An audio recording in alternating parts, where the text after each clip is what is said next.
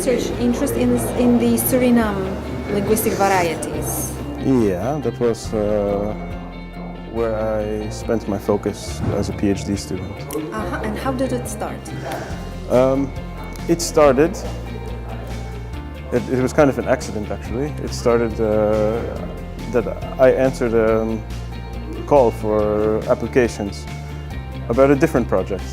It was about a typology project. I don't remember the exact title, but the topic was about argument marking in Amazonian languages. I was completely unqualified and I didn't expect even to get any kind of answer from that application. But they called me for an interview. I was very surprised by that. So I went and interviewed for this team. They called me back quite quickly and said, well, in fact, we found somebody who's very qualified for the position, but looking at your CV, we have this other project that will start in a few months, and we think you would make a good fit in that project, which was about language contact in Suriname. So that's how it started. So how did it happen that you actually got out there to Suriname? Because did you do this field research over there? Yeah, well, that was part of the requirement for the project. So, as I said, it was about language contact in Suriname, but that was the only starting point that I was given. And well, given the data that was available at the time, I mean, it was 100% necessary to go there. Because you reached very far areas in there. You even studied the Comanche language of Maroons. Yeah. So that was another kind of interesting coincidence, I'd say. My supervisor was very interested in the Amerindian languages that were there, and I think he had this vision that I was going to work on Lokono, which is an Arawakan language spoken there. But around the same time, just when I started the PhD project, we had a visitor come give a lecture. He's an anthropologist, and he had all kinds of tape recordings of this language. And the purpose of his visit to our university was try to convince someone to work on that language, actually, because he had been, as I understand, he had been making the rounds in the Netherlands to different linguistics departments, and nobody wanted to bother with it. Too difficult to gain the trust of the people there. Well, actually, we went there together. Myself, this anthropologist, he's called Bonno Toden van Velsen, and his wife, Ineke van Wetering. We went there, the three of us, and this was instrumental in me being able to do my work. If not for that, I could probably still be there and not have any data, because Are there any unclassified languages in Suriname? Languages that are not anywhere on the list? What do you mean by unclassified? Genetically? Genetically, and also there are no lists of these languages. They are nowhere classified on any ethnologue or anywhere. Well, there are a few of these ritual languages that are, I think they are not in the ethnologue. In fact, I'm not really sure. I never tried to look them up there, but they're...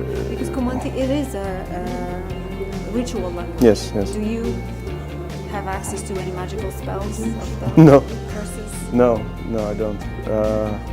In fact, you don't generally use these kind of languages to cast a spell on somebody or something. In fact, witchcraft is frowned upon, and people are actually, as recently as like 2006, there was a witch craze where quite a few people were killed. They were accused of being witches, and they were, murdered for that. So it's not something that these ritual languages are not something you use to cast spells on somebody. Rather, Comanche in particular,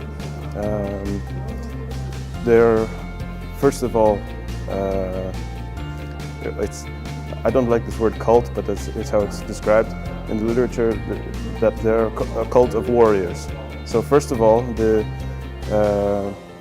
magic, if you want to call it like that, they call it obia.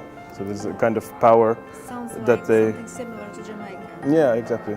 So this is a kind of power that they extract from nature, from environment, etc. They employ this, first of all, to make very strong weapons. Second of all, they employ this obia for healing purposes. So in fact, when you have Kumanti monk, someone who practices Kumanti, they are highly sought after healers, and people come from far and wide. In fact, when I was there were a couple of guys around in these villages that were visiting one of the people that I was working with, one of my informants, for medical treatment, and these guys came from Paramaribo. So they made the trip from the city to the interior, which, I mean, in terms of the economy in Suriname, it can be expensive if you fly, or it can take you like quite a good long time if you come upriver. It's cheaper, but... So they must be really successful. Yeah, there. so it's I would say deeply ingrained in that culture that these people are healers. So you might prefer to spend your energy and time and money getting to a practitioner of Kumanti rather than going to the hospital. And what is the trendiest Creole or pidgin right now to investigate? Is there any such thing? In the 60s or 70s, the Jamaican Creole was the very, very trendy linguistic variety. And nowadays? I don't know if it's trendy to investigate a particular language nowadays. Trendy for me, well, I would like to get back to Suriname and visit the Matawai Maroons and the Quinty Maroons. So I visited some Quinty in 2011, just for a couple of days, unfortunately, and I think it was a productive visit. I would like to get back there for some more time. And the Matawai as well. These two languages are basically undescribed. We don't have a lot of data on them. So there are language or linguistic varieties which are yet to be discovered. Yeah, Creoles even. Oh. So these are both Creole languages, and we know that that Matawai is related to Saramacan. And in fact, if you look in the ethnologue, it's called the dialect of Saramacan, which is a little bit irritating because when you apply for funding to go to these places, they say, well, why should we spend any more money on Saramacan? It's been, like beaten like a dead horse. Studied very, very much. So what advice would you give to a student, an A student or a PhD student willing to conquer the world of languages and looking for some research projects? Yeah, go do it. Just go do it. Are there any particular areas or websites where to look for? In terms of what? In terms of research projects. You have to come up with the project yourself, or? There are so many variables that it's hard to give general advice, but if you have a really good idea about your own project, then write it up and apply for funding. If you're not sure, or like my case, I wasn't really sure, and it was like a crapshoot that I applied for this job, and they didn't hire me, but they hired me for something else. Looks like some OBIA force. Yeah, and now I can't imagine my life in any other way. I feel so strongly connected to Suriname, even though I haven't been there in a few years. Especially the field work. When you go into the field, you experience so many new things, you meet new people. In my case, it was learning a new language. Here's the last question. A couple of new languages, I'd say. Yeah. Right. Have you ever tried to learn a new language and you failed? And what was it? And I failed. Well, no, I can't really say that I've failed. Just dropped the whole idea of learning. Just give it. Well, like when I was a bachelor student, I studied Portuguese and Arabic, and I used Portuguese a little bit because at the time I was working in a supermarket and we had some Cape Verdean colleagues working there. But then it kind of, after working there for so long, it kind of devolved into them speaking their own language, this Cape Verdean Creole, and I started picking that up a little bit.